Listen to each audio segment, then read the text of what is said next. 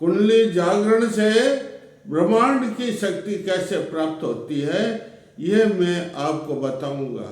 सबसे सुगम तरीका कुंडली जागरण ही है और कोई तरीका नहीं है ब्रह्मांड की शक्ति को प्राप्त करने की। इसके षटचक्र हैं, उन षटचक्रों के माध्यम से जो है ब्रह्मांड में शक्ति उसको खींचा जाता है, आकर्षित किया जाता है। वो शक्ति आकर्षित होती है सहस्रार में, सहस्रार के फिर नीचे सारे चक्रों में वो शक्ति पूरे शरीर के अंग प्रत्यय में वो शक्ति प्रवेश कर जाती है और मनुष्य शक्तिवान ऊर्जावान बन जाता है।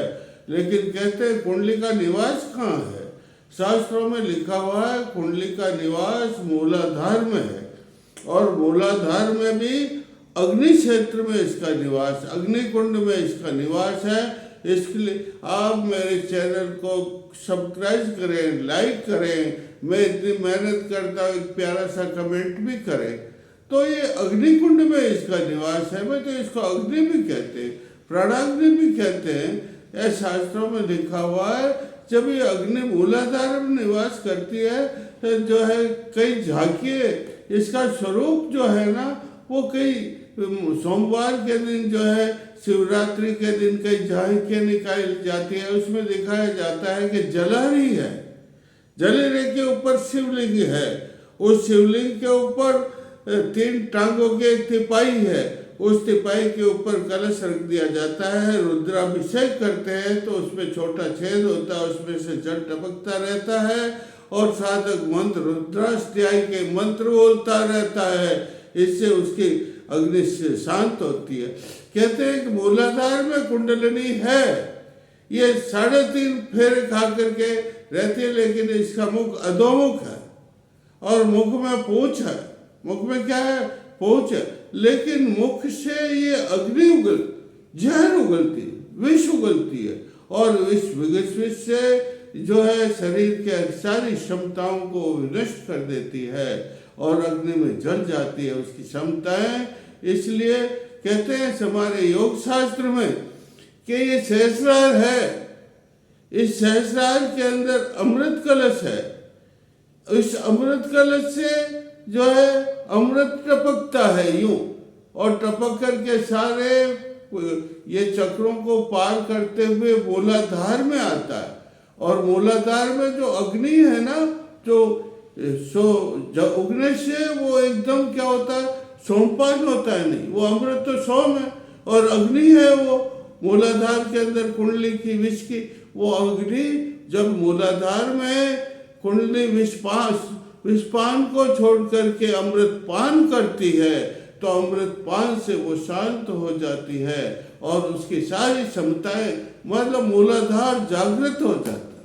और मूलाधार जागृत होने से मूलाधार की सारी शक्तियां जो है मूलाधार में प्रकट हो जाती है और मूलाधार का वेदन भी वो जाग जाती है, उससे वो जाग जाती है। और देखो ये मेरुदंड है, मेरुदंड का मतलब ये सहस्रार से लेकर के मूलाधार तक के मेरुदंड है। इसके नीचे 4, ये जो मूलाधार के अंदर आता है चंचू प्रदेश में, नीचे के प्रदेश में जब वो ये मेरुदंड होता है तो 4 भाग में बदल जाता है, 4 इसकी पंखुड़ियाँ एक हो जाती है और वो जो है उनकी फूल की कली के समान दिखाई देता, उसको कंद कहते हैं। क्या कहते हैं? ये कंद ही आधार है। ये जो कंद है इसको स्वयंभूलिंग ही कहते हैं। ये स्वयंभूलिंग के ऊपर तो लिपटी हुई रहती है कुंडली है और इसको जब जगा देते हैं तब किस में प्रवेश करती है? सुषुम्ना के मुख में प्रवेश करके ऊपर जाकर के सारे चक्र को भेदन करती हुई सहस्रार में पहुंच करके शिव से लिपट करके शिव से मिल करके, अरे भाई आप स्वयं भी जगा सकते हैं। एक मंत्र बता देता हूँ, एक home home home home home नाम का मंत्र करो, हाथ ऐसे रख करके तो आपकी कुंडली भी जागृत होगी और ऊपर चढ़ जाएगी। लेकिन ऊपर नहीं रखना है, सहस्रार में नहीं रखना है, इसको सीधा ही नीचे उतार देना है। कैसे उतारोगे? एम रीम श्रीम, एम रीम श्रीम, या आएगी, इससे या आएगी, या आएगी, या आएगी, या मूलाधार में आ जाए। अरे भाई ये कंद है, इस कंद को कूर्म भी कहते हैं। क्या कहते हैं? इस कंद को कूर्म भी कहते हैं। कूर्म का मतलब होता है कच्छप है। ये जो हमारे कुंडली का भव्य भवन है वो इस कच्छप के ऊपर आधारित है। ये कच्छप मूलाधार मजबूत है तो कुंडली का भव्य भवन मजबूत होगा। एक कथा है समुद्र मंथन की। किसकी? समुद्र मंथन हुआ था, उसमें मद्राचल पर्वत को मंथनी बना दिया गया था और शेष नाग को रस्सी बना दिया गया और एक मुख जो है उसकी पूंछ को देवताओं ने पकड़ा, मुख को राक्षसों ने पकड़ा और समुद्र मंथन किया। यूं इस तरह से है। समुद्र मंथन करने से कितने रत्न निकले? 14 रत्न निकले। लेकिन हमारी योग की भाषा में योग रूपी समुद्र का मंथन करने से 14 रत्न निकलते हैं। वो ये है षट चक्र, 6 चक्र। 6 चक्र कौन कौन से? मूलाधार, स्वादिष्ठान, मणिपुर, अनाहत, विशुद्धि और ये आज्ञा चक्र। और 5 कोश है, प्राणमय कोश, अन्नमय कोश, प्राणमय कोश, मनोमय कोश, विज्ञानमय कोश, आनंदमय कोश, चित्त, बुद्धि और मन, ये तीनों। इस प्रकार ये 14 हो जाते। ये हमारे 14 रत्न हैं। जो साधक इन 14 रत्नों को प्राप्त कर लेता है साधना करके, क्या करके? मूलाधार कुंडली की साधना करके जो इन 14 रत्नों को प्राप्त कर लेता है वो तो सिद्ध योगी बन जाता, परम योगी बन जाता है। उसके अंदर इतना आकर्षण हो जाता है कि उसके पास बैठने वाला हर आदमी आकर्षित होता है, वैसा बनने की कोशिश करता है। और जहाँ पर वो बैठता उसके चितिकण होते हैं, उसकी तपस्या के चितिकण होते हैं, वो सारे और फैलते हैं और वह स्थान परम परम शुद्ध बन जाता है। लेकिन भैया इसको जागरण करना पड़ता है, जगाना पड़ता है। ऐसे थोड़ी होता, जगाना पड़ता है। इसको जगाने के लिए आपको एक मैं मंत्र बता देता हूँ। ओम ऐं रम राम रीम रोम रेम रोम रम रह सिद्धि जगन्मात कुंडली सिद्धि दे देशा स्वयंभू लिंग आश्रिताय कोटि विद्युत प्रभाए महाबुद्धि प्रभाए सुषुम्ना मार्ग गमन्ये स्वाहा। ये मंत्र है भाई, बहुत बड़ा मंत्र है इसके सिद्धि का। अगर आप इसकी साधना कर लेते हो, इसको कम से कम 10,000 मंत्र तो जब नहीं पढ़ते, शुद्ध होकर के आसन लगा करके प्रतिदिन प्रातःकाल, दोपहर या सायंकाल 3 समय कभी भी इसकी साधना करो तो ये सिद्ध हो। इसे पंचाग्नि भी कहते हैं। कुंडली को क्या कहते हैं?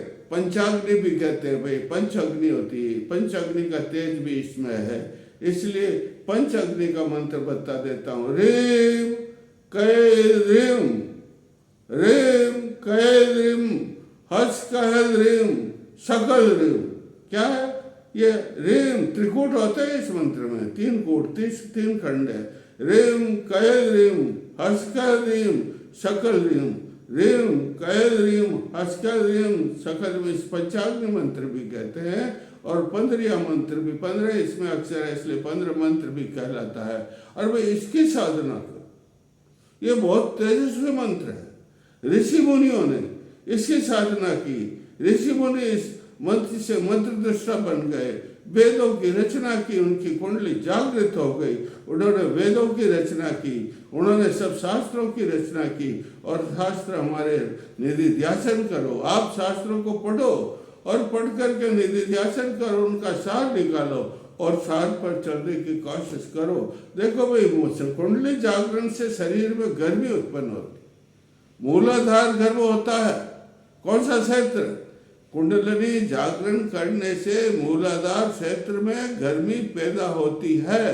उस गर्मी पैदा होने से शरीर में खुजली हो जाती नीचे के भाग में, और जो है मसा भी हो जाता। उसको शांत करने के लिए हमें डॉक्टर की कोई इलाज नहीं होता, इसमें तो योग का ही इलाज होगा। इसके लिए हमें जो है आंवला है ना, इस आंवले को पीस करके चूर्ण बना लो और शाम को सोते समय गर्म नहीं करना दूध को, ठंडे दूध में उसका पान कर ली। और ये शंख चूर्ण करना पड़ता है। और देखो, मोगरे की माला पहनो, किसकी माला पहनो? मोगरा फूल आता है ना, बहुत सुगंधित फूल होता है, उसकी माला, उसको बड़ा शीतलता होता है, उसकी माला पहनने से ये जो है हमारे शरीर के अंदर भी शीतल हो जाती है। अरे इस मूलाधार को सुदृढ़ करोगे तो षट चक्र का भवन सुदृढ़ हो जाएगा। इसको सुदृढ़ करने के लिए कुष्मांड नाम की औषधि है। कौन सी औषधि है? कुष्मांड नाम की दवा है। कुष्मांड कोड़ा जिसे राजस्थानी भाषा में कहते हैं। इसको ला करके और इसको तो साग बना करके खाइए, और इसको जो है वो बीज होते हैं, उन बीजों को आप सुखा करके उसका चूर्ण करके और 12 दिन तक दूध के साथ सेवन करो। कितने दिन तक? 12 दिन तक दूध के साथ सेवन करो तो आपका जो है मूलाधार सुदृढ़ हो जाएगा। और जब मूलाधार प्रतिष्ठ होगा तो माता मूलाधार सहस्रार में गमन करेगी। इसमें सुषुम्ना मार्ग में, सुषुम्ना में कितनी नाड़ी होती है? एक तो सुषुम्ना नाड़ी, उसके अंदर वज्रा नाड़ी, उसके अंदर चित्रा नाड़ी, उसके अंदर बिरजा नाड़ी, और उसके अंदर ब्रह्म नाड़ी होती है। उस ब्रह्म नाड़ी के छेद होता है नीचे, वो उष्मा से, गर्मी से, वो जो है उसमें कौन प्रवेश कर जाती है?